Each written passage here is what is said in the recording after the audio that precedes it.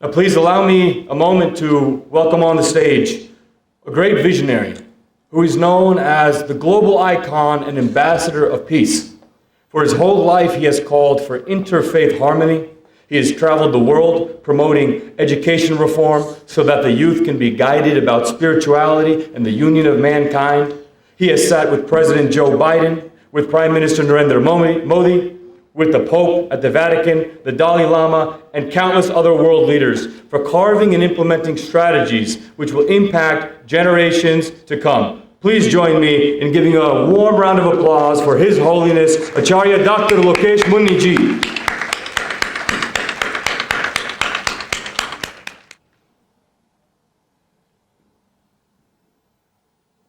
नवरात्र का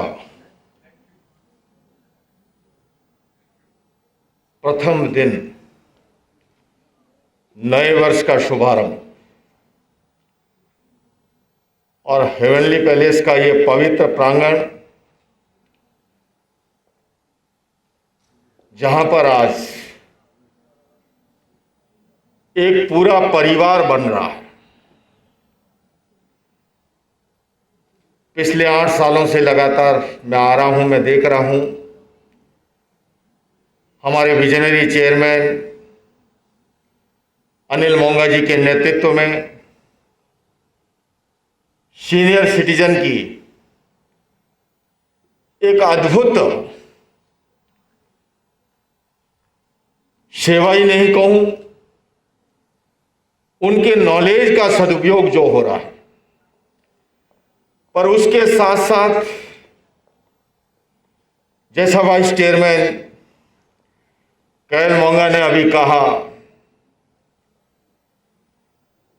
और प्रारंभ के परिचय में जैसा बताया गया कि फुटपाथ से लेकर के महलों में रहने वाले लोग आज एक छत के नीचे एक संपूर्ण परिवार बन के जा रहा है। मैं इस अवसर पर चेयरमैन भाई अनिल मोंगा जी को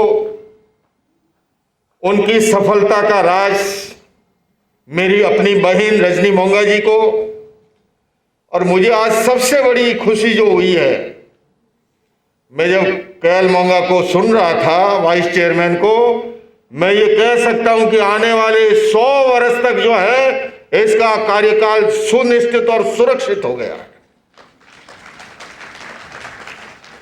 आप कल्पना कीजिएगा, हिंदुस्तान में रहने वाले 7 समंदर पार अमेरिका में,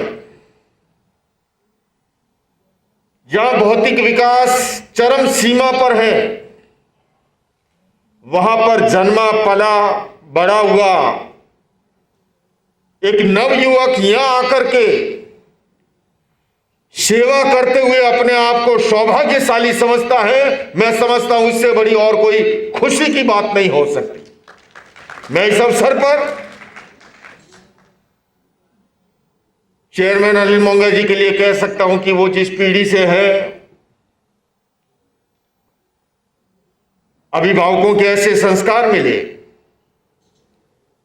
किंतु आज हिंदुस्तान में रहते हुए भी संयुक्त परिवार प्रणाली जिस तरह से अंतिम श्वासें ले रही है, मैं पिछले लगभग 10 सालों से मोंगा जी के न्यू जर्सी स्थित घर पर जाता हूं, वहां पर ठहरता हूं, और मैं आपको बताना चाहता हूं कि यह परिवार शाम को पूरा परिवार डाइनिंग टेबल पर एक साथ होता है, और भारत को वहां पर रहते हुए वो यहां की संस्कृति को जीते हैं। ये अपने आप में अनूठा उदाहरण है। मैं लंबा समय नहीं लूंगा, क्योंकि हम सबको आज हमारे सीनियर सिटीजन और हमारे समाज का, देश का भविष्य, उन सबके सांस्कृतिक कार्यक्रमों को भी देखना है। किंतु मैं आप सबसे यह अवश्य कहना चाहूंगा कि जो कार्य मोंगा परिवार यहां पर कर रहा है, उससे हम सबको प्रेरणा लेनी चाहिए। हमारी भारतीय संस्कृति के अंदर सेवा को परमो धर्म कहा है, और मैं जिस जैन परंपरा से आता हूं, अभी मैं भगवान महावीर जी का एक श्लोक याद कर रहा था, जिसमें तीर्थंकर महावीर कहते हैं, जो रोगी, ग्लान, बाल और सेक्स की सेवा करता है वो मेरी सेवा करता है। मैं समझता हूं तीर्थंकर भगवान महावीर ये कहते हैं, जो रोगी, ग्लान, बाल और सेक्स की सेवा करता है वो मेरी सेवा करता है। मैं समझता हूं अनिल मोंगा जी, आप जो कार्य कर रहे हैं उसके लिए आज से शताब्दियों पूर्व जो कहा गया, मैं समझता हूं इससे बड़ा और कोई सम्मान नहीं हो सकता।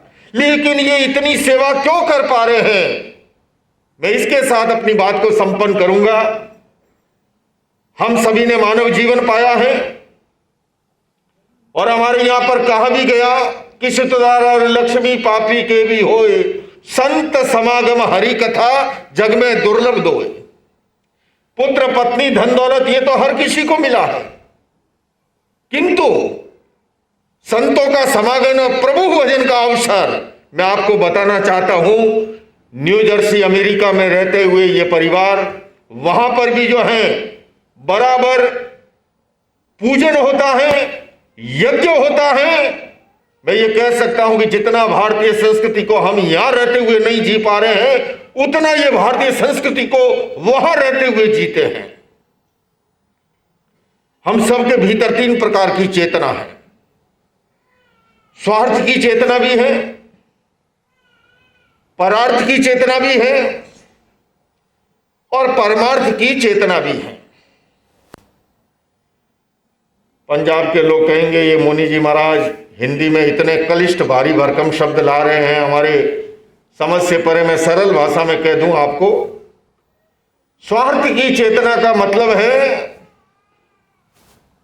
मेरा सो मेरा, तेरा सो भी मेरा, यह है स्वार्थ।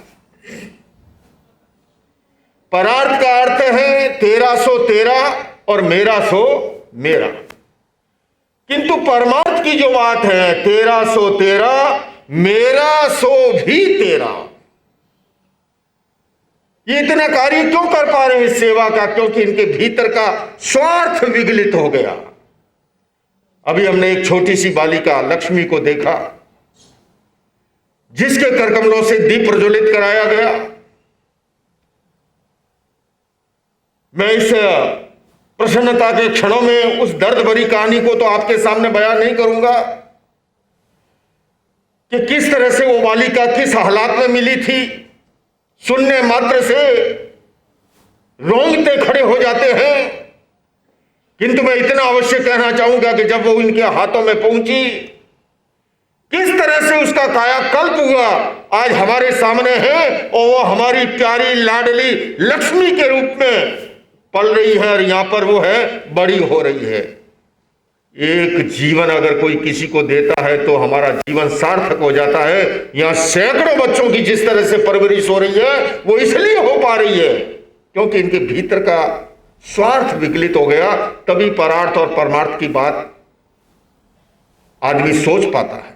जब तक भीतर में स्वार्थ प्रबल होता है, व्यक्ति परार्थ और परमार्थ की बात सुन नहीं, देख नहीं पाता है। एक मित्र ने दूसरे मित्र को फोन किया कि हेलो, वो मैं परमजीत जी को भेज रहा हूं, 10 लाख रुपए दे देना। वो कह रहा हेलो हेलो क्या कह रहे हो, आवाज नहीं आ रही। अरे उसने कहा रे मैं परमजीत को भेज रहा हूं, 10 लाख रुपए दे देना जो मैंने दिए थे। बोले हेलो हेलो, आवाज नहीं आ रही। अब मोबाइल का जमाना नहीं, बीच में ऑपरेटर था, उसने कहा जी आवाज तो साफ आ रही है, वो 10 लाख रुपए मांग रहा है। बोले तेरे को सुनाई देता हो तू दे दे, मेरे को तो सुनाई दे नहीं रहा। जब तक भीतर में स्वार्थ प्रबल होता है, परार्थ और परमार्थ की बात न दिखाई देती है न सुनाई देती है। मोंगा परिवार का स्वार्थ विगलित हुआ है। मैंने बहुत निकट से इनको देखा है, इनके साथ रह करके देखा है, और इसलिए मैं सुबह जब दिल्ली से रवाना हो रहा था, मैं परसों ही अमेरिका से लैंड किया मैंने दिल्ली, कई दिनों की यात्रा के बाद। आप कल्पना कर सकते हो कि परसों अमेरिका से आए हो, जेट लैग की स्थिति होती है, और फिर नवरात्र का पहला दिन मुझे कहा गया कि नवरात्र के पहले दिन घर छोड़ के कहाँ जा रहे हो, आश्रम छोड़ के। मैंने कहा मैं सैकड़ों बुजुर्ग लोगों का आशीर्वाद लेने के लिए जा रहा हूँ, और जहां पर सेवा का अद्भुत काम होता है। लोग गंगा में नहाने के लिए जाते हैं, मैं हेवनली पैलेस इसलिए आता हूं, ये आकर के मुझे लगता है कि मैंने गंगा में डुबकी लगा दी है। तो बंधुओं और बहनों, मैं पुनः मोंगा परिवार को एक बार बहुत बहुत बधाई देता हूं, शुभकामनाएं देता हूं और उनका अभिनंदन करता हूं इस प्रकार के कार्यों के लिए। और आइए हम सब मिलकर के, आओ मिलकर बैठे आपस में बात करें, आओ मिलकर बैठे आपस में बात करें, 4 कदम ही सही चलने का साथ करें। यूं तो दूरी से दूरी बढ़ती जाएगी, कभी तो हम खुद से खुद की मुलाकात करें। ये खुद से खुद की मुलाकात, ये खुद से खुदा की मुलाकात। और अंत में यही कहूंगा कि बात सरल बलिदान कठिन है, पतन सहज उत्थान कठिन है। बात सरल बलिदान कठिन है, पतन सहज उत्थान कठिन है। गाता है खंडर का हर पत्थर, ध्वंस सरल निर्माण कठिन है। तो आइए बंधुओं, मोंगा परिवार के इस निर्माण के कार्यों में, सृजन के कार्यों में, उत्थान के कार्यों में हम भी सभी योगभूत बने। इन्हीं शब्दों के साथ ओम अरहम।